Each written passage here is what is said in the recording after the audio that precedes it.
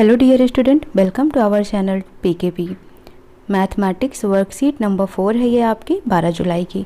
ठीक है, तो क्लास आपकी हो चुकी होगी। अब समझ लेते हैं कि क्या क्या करना है, कैसे करना है। उसके बाद हम प्रैक्टिस क्वेश्चंस को करेंगे। और आपको ये वीडियो हेल्पफुल होती है तो चैनल को लाइक शेयर सब्सक्राइब ज़रूर करें। सो स्टार्ट करते हैं सेशन। सबसे पहले है students, let's recall algebraic expressions. Algebraic expressions are formed by combining the constants and variables. First of all आपको समझना होगा constants क्या होते हैं। कोई भी न्यूमेरिकल डेटा लाइक 1, 2, 3, 4 ये सब क्या होते हैं, constant माने जाते हैं। ठीक है, वहीं पर अगर हम वेरिएबल्स की बात करते हैं तो x, y, z, A B C ये सभी क्या होते हैं, जो इंग्लिश अल्फ़ाबेट होते हैं वो क्या होते हैं, आपके वेरिएबल्स कहलाते हैं। ठीक है, तो जब हम वेरिएबल्स को और कांस्टेंट को यानी न्यूमेरिकल डेटा को और अल्फ़ाबेटिक डेटा को एक साथ कंबाइन करके कोई एक एक्सप्रेशंस लिखते हैं तो वो अलजेब्रिक एक्सप्रेशंस कहलाता है। क्लियर हुआ? फॉर एग्ज़ाम्पल हमने लिखा 2x, ठीक है, तो ये क्या हो गया, अलजेब्रिक एक्सप्रेशन हो गया। हमने लिखा 5x + y, तो ये भी क्या हो गया, अलजेब्रिक एक्सप्रेशन हो गया। बस यहाँ पर हमने क्या 1 वेरिएबल लिखा है, यहाँ पर हमारा 2 वेरिएबल इक्वेशन हो जाता है। ठीक है, तो इस तरीके से भी आपको आइडेंटिफाई करना होता है। यहाँ पर ओनली 1 कैरेक्टर यानी कि एक अल्फ़ाबेटिक कैरेक्टर लिया गया है तो ये हो जाता है 1 वेरिएबल इक्वेशंस। वहीं पर x, y ये 2 वेरिएबल लिया है तो ये 2 वेरिएबल इक्वेशंस हो जाती है। ठीक है, term having the same algebraic factors are called like terms. ठीक है, कुछ ऐसे फैक्टर्स कुछ ऐसे अलजेब्रिक जिनके फैक्टर्स क्या होते हैं, जिनके टर्म्स एक जैसे होते हैं उनको लाइक टर्म बोला जाता है। लाइक टर्म का मतलब क्या हो गया, जैसे हमने लिखा 2x और हमने लिखा 5x।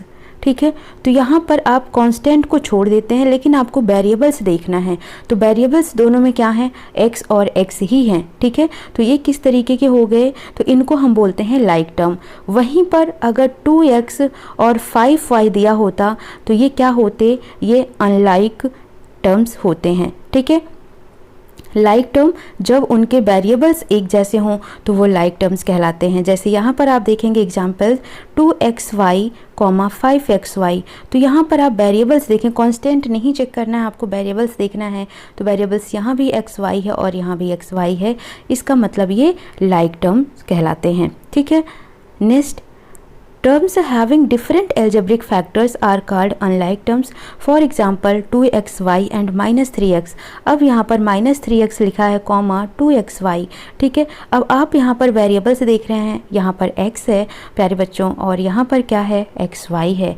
ठीक है, तो यहाँ पर आपको दोनों ही जगह वेरिएबल डिफरेंट मिल रहे हैं। मैं बार बार बोल रही हूँ आपसे कि यहाँ पर कांस्टेंट वैल्यू नहीं देखनी है, वेरिएबल्स देखने हैं आपको। दोनों वेरिएबल्स डिफरेंट हैं इसलिए ये क्या कहलाते हैं, अनलाइक टर्म्स कहलाते हैं।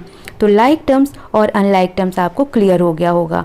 अब यहाँ पर आपको देखना है कि कोई एक एक्सप्रेशन दिया हुआ है, ये 2 वेरिएबल एक्सप्रेशन है, लिखा हुआ है 4x² - 3xy, तो ये क्या कहलाता है प्यारे बच्चों, ये कहलाता है एक्सप्रेशंस। इसमें टर्म्स कितने हैं, तो हम बोलेंगे इसमें 2 टर्म्स हैं।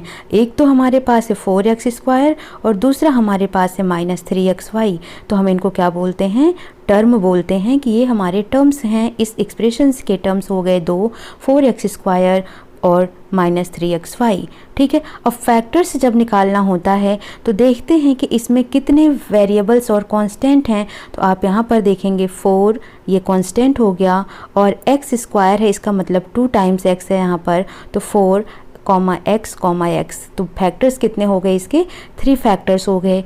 इसी तरीके से 3xy में भी आप चेक करेंगे तो एक -3, एक x और एक y, तो यहाँ पर भी आपको 3 फैक्टर्स देखने को मिल रहे हैं। तो किसी भी एक्सप्रेशंस में टर्म्स होते हैं और फैक्टर्स होते हैं। ठीक है, Addition and subtractions of algebraic expressions can be categorized out by adding or subtracting the like term. ठीक है, जब भी कोई algebraic expressions करना होता है, उसका सम्स करना होता है, प्लस माइनस करना है आपको, तब हम क्या करते हैं, ऐड करते हैं या सब्ट्रैक्ट करते हैं किसको, लाइक टर्म्स को। फॉर एग्जांपल 5x में से 4x को ही हम माइनस कर सकते हैं, या 5x में हम 4x को ही प्लस कर सकते हैं, ठीक है। अगर हम ऐसा करेंगे तभी हमारा राइट आंसर आएगा। बट अगर हम 5x में 4y प्लस करेंगे तो ये पॉसिबल नहीं होगा और हमको ये 2 वेरिएबल इक्वेशन मिल जाएगी 5x प्लस 4y। ओके तो जब भी हमको किसी भी अलजेब्रिक एक्सप्रेशन को सॉल्व करना होता है तो हमें लाइक टर्म्स को ही कंबाइन करना होता है, उन्हीं को ऐड और उन्हीं को ही सब्ट्रैक्ट करना होता है। For example add 7xy plus 5yz minus 3zx, ठीक है। अब यहाँ पर आपको दिया हुआ है कि एक तो है आपके पास 7xy plus 5yz minus 3zx, दूसरा है आपके पास 7yz plus 9zx minus 4y, और थर्ड है minus 3xz plus 5x minus 2xy। जब इस तरीके के एक्सप्रेशंस आपको मिलें तो सबसे पहले क्या दिया हुआ है 7xy, तो आप 7xy लिखें, प्लस क्या गिवन है 5yz, तो 5yz लिखें, प्लस माइनस 3zx दिया है। जो दूसरी इक्वेशन है उसको चेक करो 4yz, अब इसमें yz कहीं है, हाँ यहाँ पर है, तो यहाँ इसके नीचे आपको लिखना है 4yz, 9zx, zx यहाँ पर है तो यहाँ पर क्या है प्लस 9zx माइनस 4y, तो यहाँ पर कहीं है नहीं तो माइनस 4y आप यहाँ पर साइड में ही लिख दें। नेक्स्ट है माइनस 3xz, तो 3xz है तो यहाँ पर आप माइनस 3zx लिख दें, प्लस 5x, ठीक है। तो सेपरेटली हम कहीं पर भी इसको लिख सकते हैं, लेफ्ट साइड या right side, clear. Minus 2xy, तो यहाँ पर xy के नीचे ही आपको क्या करना है 2xy लिख देना है। क्लियर हुई बात। मतलब कहने का सिर्फ इतना है कि आपको वेरिएबल्स देखना है, सेम टर्म्स से जो लाइक टर्म्स होंगे उन्हीं के नीचे ही आपको उन्हें प्लेस करना है। तो आपको देखना है यहाँ पर 5x किसी से ना सब्ट्रैक्ट हो रहा है ना प्लस हो रहा है, 7 और यहाँ माइनस 2 है तो 7 माइनस 2 क्या हो जाएगा 5, ये हो जाएगा 5xy, 5 है प्लस 4 है तो प्लस 9yz हो जाएगा, 9 है, 9 प्लस में है और ये माइनस में है, ये माइनस में है, तो 9 में से हमको कितना माइनस करना पड़ेगा 6 माइनस करना पड़ेगा, क्योंकि माइनस 3zx यहाँ पर भी है, माइनस 3zx यहाँ पर भी है, तो माइनस माइनस क्या हो जाएगा 6zx हो जाएगा, और 9 में से 6xz निकालेंगे तो ये हो जाएगा प्लस 3zx माइनस 4y, ठीक है। इस तरीके से हमें लिख देना है तो आपको क्लियरली विजिबल होगा। तो आप यहाँ पर देखें, ये पूरे की पूरी इक्वेशंस लिख दी हमने पहले, ठीक है। फिर yz को yz के नीचे लिखा गया, zx को zx के नीचे लिखा गया, 4y का कोई वेरिएबल नहीं है तो उसको डिफरेंट लिख दिया गया। नेक्स्ट में xz है तो xz के नीचे लिखा गया, 5x है तो उसको हमने अलग लिख दिया क्योंकि कोई वेरिएबल नहीं है उसका, 2xy तो 2xy के यानी xy वेरिएबल्स के नीचे प्लेस कर दिया गया। अब यहाँ पर इनको तीनों को क्या करना, ऐड करना है, ऐड का मतलब प्लस करना है। अब जब प्लस करते हैं हम तो 5x ऐसे ही नोट करना है, 4y ऐसे ही नोट करना है क्योंकि इनके नीचे या इनके ऊपर कुछ और वेरिएबल्स नहीं हैं। अब इसमें देखोगे तो ये भी माइनस है, ये भी माइनस है, तो ये हो जाएगा माइनस 6zx और ये प्लस है तो प्लस 9zx। जब हम इसको सॉल्व करेंगे तो 9 में से 6 माइनस करेंगे तो ये आ जाएगा 3zx या 3xz, तो यहाँ पर हो गया 3zx। ये दोनों ही पॉजिटिव हैं तो 5 प्लस 4 क्या हो जाएगा 9yz। ये एक प्लस एक माइनस है तो 7 में से 2 जाएगा तो क्या हो जाएगा 5xy आ जाएगा। क्लियर। तो इतना आपको समझ आ गया होगा। अब सब्ट्रैक्ट करने की बारी है। तो यहाँ पर सब्ट्रैक्शंस दिया हुआ है 24ab minus 10b minus 18a from 30ab plus 12b plus 14a, यानी कि इसमें से आपको इस वैल्यू को माइनस करना है। फ्रॉम जहाँ भी दिख जाए यानी कि इससे अब आपको ये माइनस करना है। तो सबसे पहले आपको ये वैल्यू लिखनी है, तो आप इसको लिखेंगे 30ab plus 12b plus 14a, ठीक है। तो इसको ऐसे नोट कर देती हूँ मैं, 30ab plus 12b plus 14a, ठीक है, ये हो गया। इसमें से माइनस करना है इस वैल्यू को, तो minus 24ab minus 10b -18a, ठीक है। ए के नीचे ए वेरिएबल, बी के नीचे बी वेरिएबल और ए बी के नीचे ए बी वेरिएबल हो गया। इन्हें क्या करना है, सब्ट्रैक्ट करना है। जब भी हम सब्ट्रैक्ट करते हैं ना, तो माइनस साइन अगर हम यहाँ प्लेस करते हैं तो ये माइनस माइनस प्लस हो जाता है, ये माइनस माइनस प्लस हो जाता है, यानी कि साइन चेंज हो जाता है सब्ट्रैक्शंस की साइन को प्लेस करने पर, ठीक है। इसमें से जब इस डेटा को हम सब्ट्रैक्ट करेंगे तो इसमें जो भी साइन है वो चेंज हो जाएंगे, प्लस माइनस हो जाएगा और माइनस प्लस में कन्वर्ट हो जाएगा। तो 30 में से 24 को माइनस करोगे तो 6 मिलेगा। वेरिएबल्स को आपको एज इट इज़ लिखना होता है। +12 है, +10 है, तो ये हो जाएगा +22v, वेरिएबल सेम रहेगा। 14 + 18 करेंगे तो ये आ जाएगा 32a, ठीक है। तो राइट आंसर आपको मिल जाएगा 6ab + 22b + 32a। I hope आपको ये समझ आ गया होगा। मल्टीप्लिकेशन ऑफ एल्जेब्रिक एक्सप्रेशंस, तो मल्टीप्लिकेशन किसका करते हैं, मोनोमियल्स बाय या मोनोमियल्स, ठीक है। हम मोनोमियल्स को मोनोमियल्स, अब मोनोमियल्स क्या होते हैं पहले ये समझो। जैसे हमने 5x लिखा, हमने 4ab लिखा, तो ये क्या है, मोनोमियल्स होते हैं। बाइनोमियल्स क्या होते हैं, जैसे हमने 4xy + 2x लिखा, तो ये क्या हो गए, ये बाइनोमियल हो गए, ठीक है। तो इतना समझना, जिसमें 2 टर्म्स होते हैं वो बाइनोमियल, जिसमें सिंगल टर्म होता है वो मोनोमियल होता है। तो यहाँ पर 2 मोनोमियल्स को मल्टीप्लाई करना है। तो जो भी कांस्टेंट होते हैं, कांस्टेंट को कांस्टेंट से मल्टीप्लाई करना है, यानी न्यूमेरिक डाटा को न्यूमेरिक डाटा से मल्टीप्लाई करना है। जैसे एग्जांपल 1 है कि आपको इसे मल्टीप्लाई करना है, तो क्या करना है, सबसे पहले जो नंबर हैं उनको एक साथ लिखना है और जो अल्फ़ाबेटिक कैरेक्टर हैं उनको एक साथ लिख लेना है। तो अब आप यहाँ पर देखेंगे 4 5 हो जाएगा 20। ए आपको कितने टाइम्स दिख रहा है, 2 टाइम्स पर, तो ये हो जाएगा a²। बी आपको 2 टाइम्स पर दिख रहा है, सॉरी ये बी और सी है ये, ठीक है। तो ए है सिंगल टाइम पे, बी डबल टाइम, तो b² हो जाएगा, सी हो जाएगा, ठीक है। तो आपको क्या मिल जाएगा, 4 5 20 आ गया। ए हमारा एक ही बार है तो हमने ए लिख दिया। बी 2 टाइम्स है तो b मल्टीप्लाइड बाई बी क्या होता है, v² होता है, और सी है तो सी लिख दिया, ठीक है। दूसरा मल्टीप्लिकेशन हो सकता है मल्टीप्लिकेशन आप पॉलीनोमियल्स बाई मोनोमियल्स। तो एक मोनोमियल्स है और दूसरा क्या है, पॉलीनोमियल्स है। पॉलीनोमियल्स को जब मल्टीप्लाई करना होता है मोनोमियल से, जैसे 3p है 4p² + 5p + 7। अब क्या करना है आपको, पहले इसको इसके साथ मल्टीप्लाई करना है, प्लस लगाकर इसको इसके साथ, प्लस लगाकर इसको इसके साथ मल्टीप्लाई करना है। तो जब हम इन दोनों को मल्टीप्लाई करेंगे तो 3 4 क्या हो जाएगा 12। यहाँ p² है, यहाँ p है, तो ये मिल जाएगा हमें p³। देन प्लस लगाएंगे, 3 को 5 से मल्टीप्लाई करेंगे, 3 5 15। यहाँ p है, यहाँ p है, p मल्टीप्लाई होकर p² हो जाएगा, प्लस 7 और 3 का मल्टीप्लाई करेंगे तो 21 हो जाएगा, और यहाँ पर एक सिंगल p है, यहाँ कोई p नहीं है तो 21p हो जाएगा। तो राइट ऑप्शन आपका इसका हो जाएगा 12p³ + 15p² + 21p, ठीक।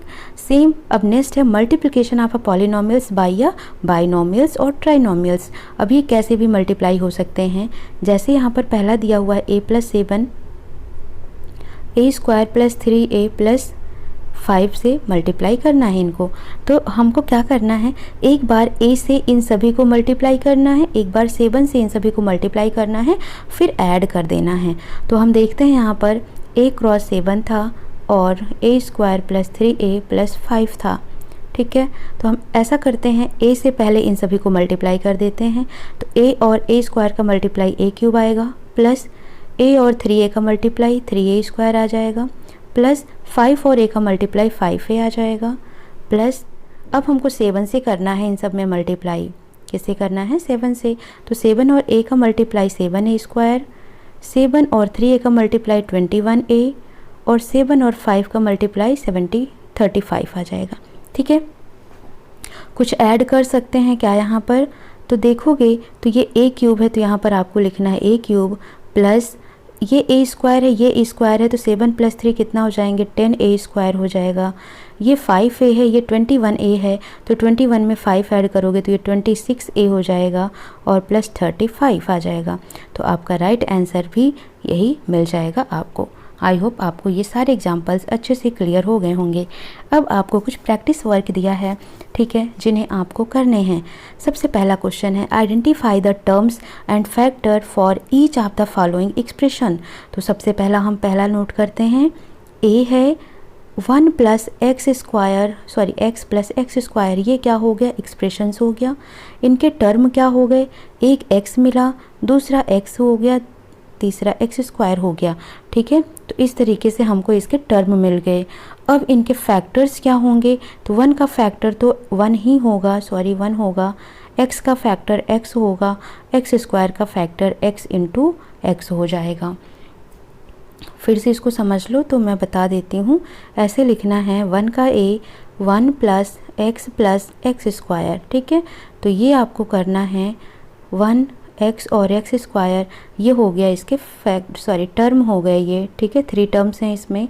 उसके बाद इसका फैक्टर हो जाएगा वन, इसका फैक्टर हो जाएगा एक्स और इसका फैक्टर हो जाएगा एक्स और एक्स। तो इस तरीके से ये आपको मिल जाएगा फैक्टर। ठीक है, ऐसे बनाकर दिखा देना है। नेक्स्ट है आपका 4x square Y square minus 4x square Y square Z square plus Z cube. तो ये तो एक्सप्रेशंस हो गया। ठीक है, अब इसमें टर्म कितने हैं, तो टर्म यहाँ पर आप देखेंगे तो आपको थ्री टर्म्स दिखाई देगा। एक तो 4x स्क्वायर वाई स्क्वायर है, एक minus 4x square Y square Z square है और एक जेड क्यूब है। ठीक है, तो ये थ्री टर्म्स मिल गए। तो इसके आगे आपको लिखना है क्या, ये हो जाएगा t, यानी कि ये टर्म हो गया। अब फैक्टर्स लिखना है तो फैक्टर नोट करो। तो इसके फैक्टर्स कितने हो गए, तो आप देखेंगे एक तो 4 हो जाएगा, x हो गया, y हो गया क्योंकि 2 टाइम्स y है, 2 टाइम्स x है। ठीक है, तो इस तरीके से 4x x y हो जाएगा पहले का फैक्टर। दूसरे टर्म का फैक्टर हो जाएगा -4 x हो जाएगा, x हो गया, y हो गया, देन z हो गया, फिर से z हो गया। तो ये हो गया दूसरे टर्म का फैक्टर। तीसरे टर्म की फैक्टर की बात करेंगे तो z, z हो जाएगा।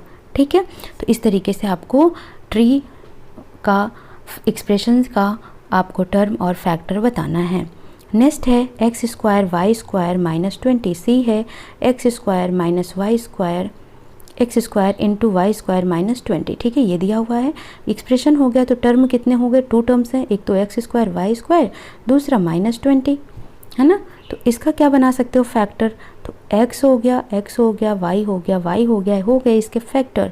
इसके फैक्टर क्या होंगे, -2 2 और 5, यानी 2 2 जब 4 5 जब 20, तो ये हो गए -20 के फैक्टर। ठीक, तो पहला क्वेश्चन आपको समझ आ गया होगा, आपको नोट कर लेना है। नेक्स्ट बोला इन्होंने क्वेश्चन नंबर 2 है ऐड -7 mn। ठीक है, क्या बोला इन्होंने, -7 mn + 5। इसमें ऐड करना है किसको, 12 mn + 2 को। तो mn के नीचे हमको क्या लिखना है, 12 mn और 5 के नीचे हमें 2 लिखना है। नेक्स्ट है 9 mn - 8, तो mn के नीचे 9 mn और यहाँ पे -8। फिर -2 mn और -3 लिखना है। इन्हें क्या करना है, ऐड कर देना है। तो जब हम ऐड करते हैं तो साइन चेंज नहीं होती है कहीं पर। तो इनको देखोगे तो ये 5 + 2 7 हो गए। 7 में से 8 को माइनस किया तो -1 हो गया, और -1 में -3 करेंगे तो -4 मिल जाएगा। ठीक है, यहाँ पर देखो तो 12 में से 7 को माइनस किया तो कितना आ गया 5, और 9 + 5 कितना हो गया 14, और 14 में से 2 माइनस किया तो आ गया 12। तो ये मिल जाएगा आपको 12 mn। ठीक है, समझ आ गया होगा। ठीक है, ऐसे भी समझ सकते हो आप, देखो यहाँ पर ये माइनस में है, ये भी माइनस में है, तो -7 और -2 कितना हो जाएगा, -9 mn हो गया। और यहाँ पर क्या दिया हुआ है आपको, +9 mn दिया हुआ है। तो ये दोनों एक दूसरे से कैंसिल हो गए, क्या आ गया, 0 आ गया। तो बच क्या रहा है हमारे पास, 12 mn ही तो बच रहा है, तो 12 mn मिल गया। और इन वेरिएबल्स को, इन अल्फ़ाबेट को, सॉरी इन न्यूमेरिकल डेटा को ऐड कर लो। ठीक है, तो 7 में से 8 माइनस हुआ -1, और -1 में -3 किया तो -4 मिल गया। तो आंसर आ जाएगा आपका 12 mn - 4। नेक्स्ट है क्वेश्चन नंबर 3। ठीक है, तो 3 वाला पढ़ते हैं। From the sum of 3x - y + 11 and -y - 11 subtract 3x - y - 11। तो सबसे पहले बोला from the sum of these two, तो इन दोनों का आपको सम निकालना है। 3x - y + 11 और -y -11 इनका सम निकालना है, तो यानी प्लस करना है। तो -1 में से +1 करोगे तो क्या होगा, यहाँ पर -10 मिल जाएगा। ये दोनों ही माइनस साइन के साथ हैं तो -2y हो जाएगा ऐड करके, और ये 3x मिल जाएगा। तो इन दोनों का सम हमें मिल गया 3x - 2y - 10।